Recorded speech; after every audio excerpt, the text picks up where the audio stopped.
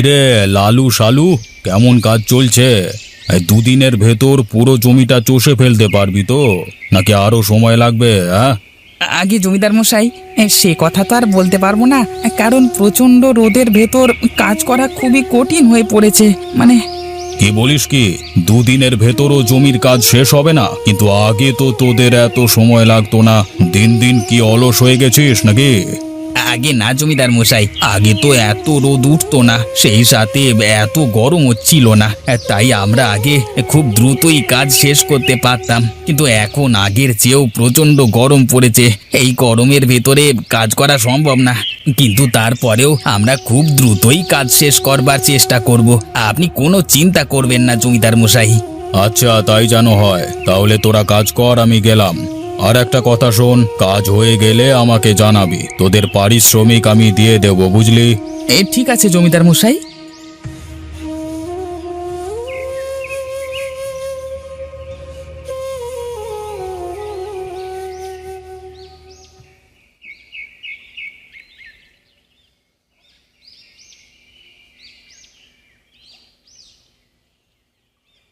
আগে জমিদার মশাই, এই নিন আমার 10 বিঘা জমির খাজনা, 500 টাকা।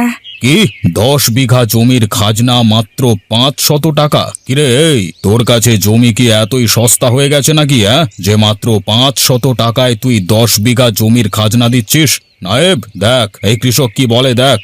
আগে কি করব জমিদার মশাই, এছাড়া আমাদের আর কোনো উপায় নেই। এবছর প্রায় 6 মাস তো আমরা বৃষ্টির কোনো দেখাই পাইনি, সেই সাথে প্রচন্ড রোদ গরমের কারণে আমরা ঠিক মতো জমিতে ফসল ফলাতে পারিনি, তাই তো এত কম টাকাই দিচ্ছি। না না, তোর এই গরম আর বৃষ্টির অজুহাত দিয়ে এত কম টাকায় খাজনা আমি নেব না। নায়েব, তুমি কি বলো, এবছর কি আসলেই খুব গরম পড়েছে আর সেই কারণেই জমির ফসল কম হয়েছে? আগে হ্যাঁ জমিদার মশাই, এবছর খুবই গরম পড়েছে, আর এই গরমের কারণে কৃষকেরা তো ঠিক মতো জমির ফসল ফলাতে পারছে না। আর জমিতে যদি বেশি ফসল না ফলাতে পারে তাহলে তো ওদের খাজনাও কম দেবে, তাই না? এই ব্যাপার। ঠিক আছে, তাহলে 10 বিঘা জমির জন্য 500 টাকাই থাক। এরপরে তোরা কে কে আছিস, জলদি করে খাজনাগুলো দে তো।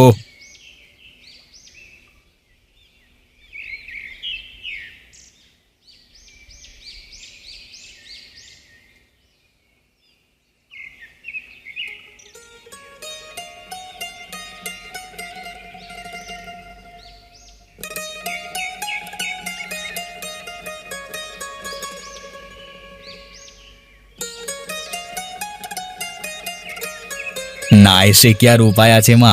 আমাদের ঘরে না আছে একটা এসি, আর না আছে ভালো কোনো ফ্যান। ফ্যান নেই, এসি নেই, সেই বাড়িতে কি এই গরমে আর থাকা যায়? আচ্ছা মা, তুমি বলো, বাবা আমাকে একটা ফ্যান আর একটা এসি কিনে দিলেই তো হতো। না না, আমাদের বাসায় অনেক গরম, তাই তো আপনাদের বাড়িতে চলে এলাম এসি আর ফ্যানের বাতাস খেতে। এসেছো যখন, তখন সে ভালোই হয়েছে।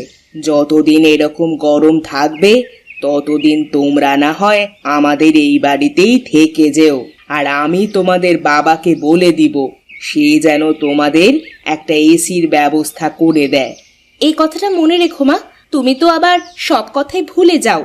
এই গরমের ভেতর এসি যদি আমাকে না দাও তাহলে কিন্তু আমি আর শ্বশুর বাড়িতে যাব না। এই কথাটা আমি বলে রাখলাম, মনে থাকে যেন।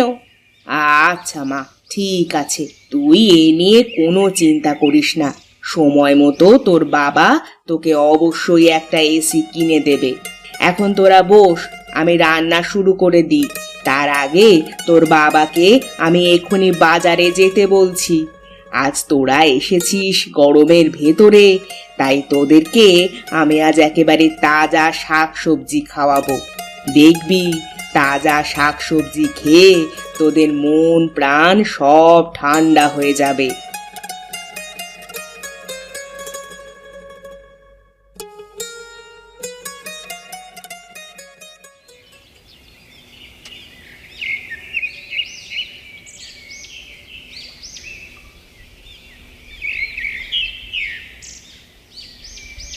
আরে, এ কি জেলে ভাইরা, এত কম মাছ কেন? এবার তো দেখছি আগের চেয়ে অনেক কম ধরেছো। এতে করে তো মাছের খাবারের দামই উঠবে না মনে হচ্ছে।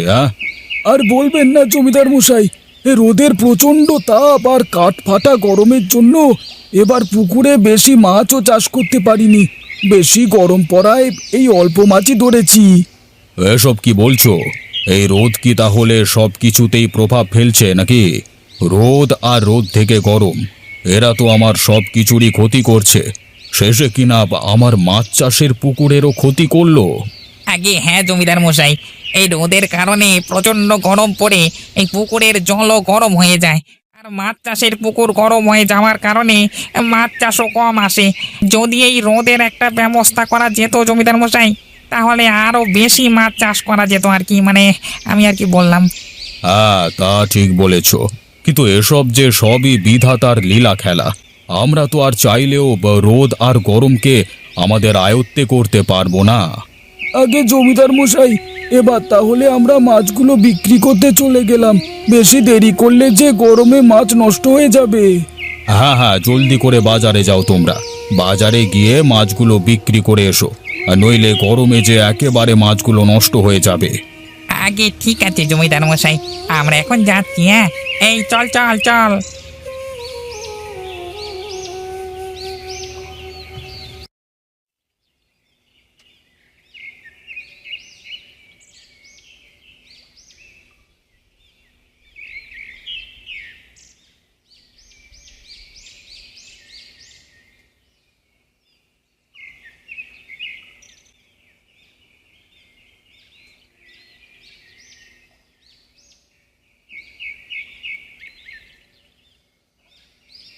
এই যে আপনি এখানে, ওইদিকে যে জামাই আর মেয়ে বেড়াতে চলে এসেছে, সেই খেয়াল কি আছে? আরে কি বলছো গিন্নি, ওরা আবার কখন এলো? সে তো আর আমি জানি না। এমনিতেই যা গরম পড়েছে, এতে করে জানলেও সব ভুলে যায় আর কি। মানে অত হাসলে চলে না। মেয়েটা যে বিপদে পড়ে বাড়ি এসেছে, খেয়াল তো আর আপনার নেই। আপনি আছেন আপনার মাছ চাষ জমির খাজনা নিয়ে। আরে না গো না, এবার বলো তো মেয়েটার কি হয়েছে? সে আপনাকে জানতে হবে না। মেয়েটা গরমে একদমই শ্বশুরবাড়িতে থাকতে পারছে না, তাই তো আমাদের বাড়িতে কদিন বেড়াতে চলে এসেছে। এখন আপনি জলদি করে বাজারে যান তো। বাজারে গিয়ে টাটকা দেখে কিছু শাকসবজি আর ফলমূল নিয়ে আসেন। ওরে বাবারে, এই গরমের ভেতরে আবার বাজারে যাব বাজার করতে? মানে শুনি তো ভয় করছে। আচ্ছা ঠিক আছে, আমি এক্ষুনি বাজারে যাচ্ছি। তুমি ওদেরকে ঠান্ডা লেবুর শরবত করে দাও।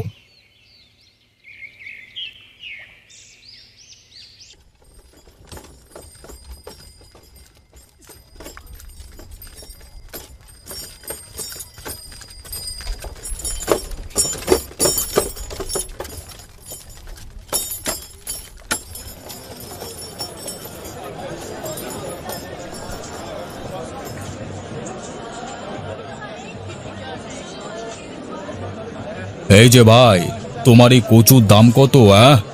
আগে জমিদার মশাই, আপনার জন্য 10 টাকায় একটা। বলুন আপনাকে কটা কচু দেব? আরে 10 টাকা না, 5 টাকা রাখো। আর যাও, আমার গরুর গাড়িতে 10টা কচু তুলে দিয়ে আসো। আরে এই নাও, তোমার 10টা কচুর দাম রাখো। আরে বাহ, কি সুন্দর বেগুন! এই গরমের ভেতর বেগুন খেলে মন প্রাণ সব ঠান্ডা থাকবে। এই যে 5 কিলো বেগুন আমার গরুর গাড়িতে দিয়ে এসো তো। হ্যাঁ ঠিক আছে জমিদার মশাই, এক্ষুনি দিচ্ছি।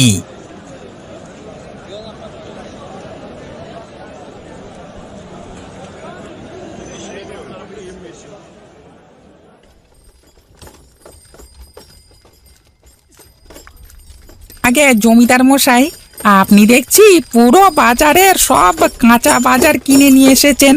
হ্যাঁ, মনে হচ্ছে কাঁচা বাজার একেবারেই খালি করে ফেলেছেন, মানে। আরে আর বলিস না, চারিদিকে যা গরম পড়েছে, কি আর করব। এই গরমের ভেতরে তো আর বারে বারে বাজারে আসা যায় না। এছাড়া আমার মেয়ে আর মেয়ের জামাই এসেছে, ওদেরকে একটু ভালো মন্দ খাওয়ানোর জন্যই এত কাঁচা বাজার করেছি। এখন জলদি করে আমাকে বাসায় নিয়ে চল, গরমে আবার কাঁচা বাজারগুলো নষ্ট না হয়ে যায়, বুঝলি?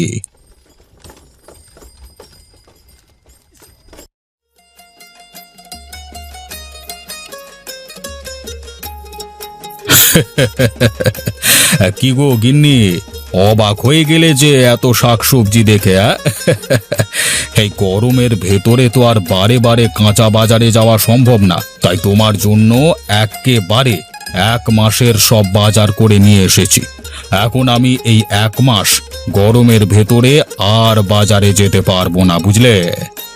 আরে হ্যাঁ, তাই তো বলি, যাকে আমি আনতে বললে আরেকটা আনে না, সে আজ হঠাৎ এতগুলো কাঁচা বাজার কেন এনেছে।